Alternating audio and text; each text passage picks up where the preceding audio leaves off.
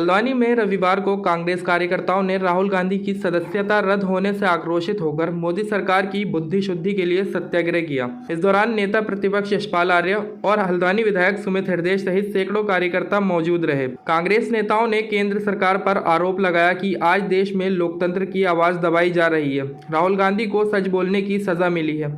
देश का हर कार्यकर्ता राहुल गांधी के साथ खड़ा है। उन्हें अपील करने तक का मौका नहीं दिया गया। जल्दबाजी में उनकी सदस्यता रद्द कर दी गई। ये दर्शाता है कि मोदी सरकार राहुल गांधी से डर गई है और उच्चतम न्यायालय से राहुल गांधी को न्याय मिलेगा। जनता भाजपा सरकार को 2024 के चुनाव में इसका जवाब देगी। वहीं कांग्रेस एससी विभाग के प्रदेश उपाध्यक्ष इंद्रपाल आर्य ने भी सरकार पर तानाशाही का आरोप लगाते हुए कहा कि राहुल गांधी की भारत जोड़ो यात्रा के बाद से ही सरकार डरी हुई है, इसलिए इस तरह के तानाशाहपूर्ण कदम उठा रही है। मगर राहुल गांधी और कांग्रेसी किसी से डरने वाले नहीं हैं। 2024 में राहुल गांधी के नेतृत्व में कांग्रेस सरकार में पुनः वापसी करेगी।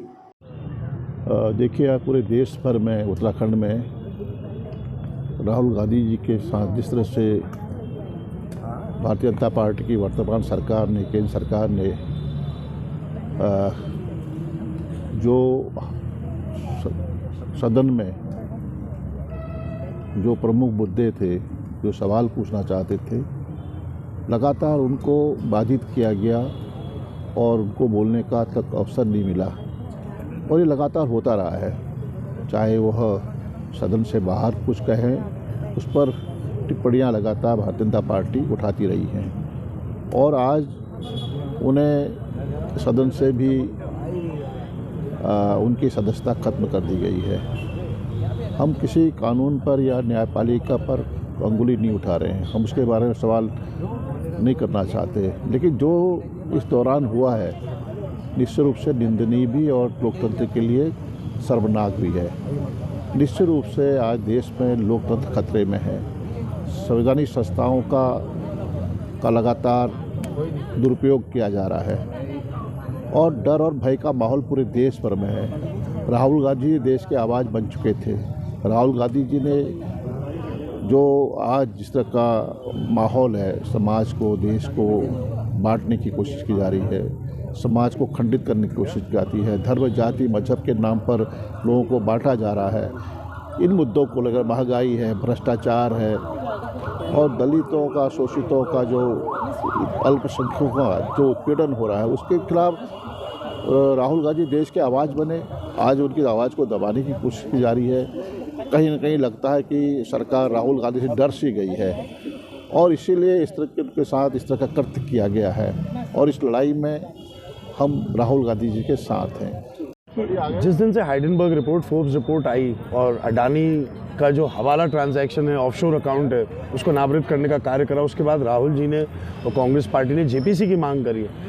तब से एक अभूतपूर्व तरीके से उनका हर संभव विरोध भारतीय जनता पार्टी नियोजित तरीके से कर रही है। साफ प्रतीत ये होता है कि एक बड़े व्यवसायी को, जैसे रशिया में ओलिगार्क होते हैं, वैसे अडानी जी को भी ओलिगार्क की श्रेणी में डालना पड़ेगा, क्योंकि ओलिगार्क का मतलब और ये होता है कि इतना बड़ा व्यवसायी हो कि राजनीतिक निर्णयों पर वो असर डाले। तो ये ओलिगार्क आ गए हैं हमारे देश में। ये तोहफा मिला है, ये जो बार बार ये भारतीय जनता पार्टी नया भारत कहती है, ये ओलिगार्क इन्होंने हमें तोहफे में दिए। तो आज देश की ऐसी व्यवस्था हो गई है, जिस कोर्ट ने जो आदेश दिया उसमें इतनी सारी विसंगतियां हैं कि आप देखेंगे अभी वो क्वॉश होगा। हायर कोर्ट से, सुप्रीम कोर्ट से हमें पूरा भरोसा है ये ऑर्डर क्वॉश होगा। राहुल जी की सदस्यता तो वापस आएगी, लेकिन इनको ये गलत फहमी कि राहुल गांधी जी केवल एक मात्र सांसद नहीं है, वो एक नेता नहीं है, पूरा मूवमेंट है अपने आप में।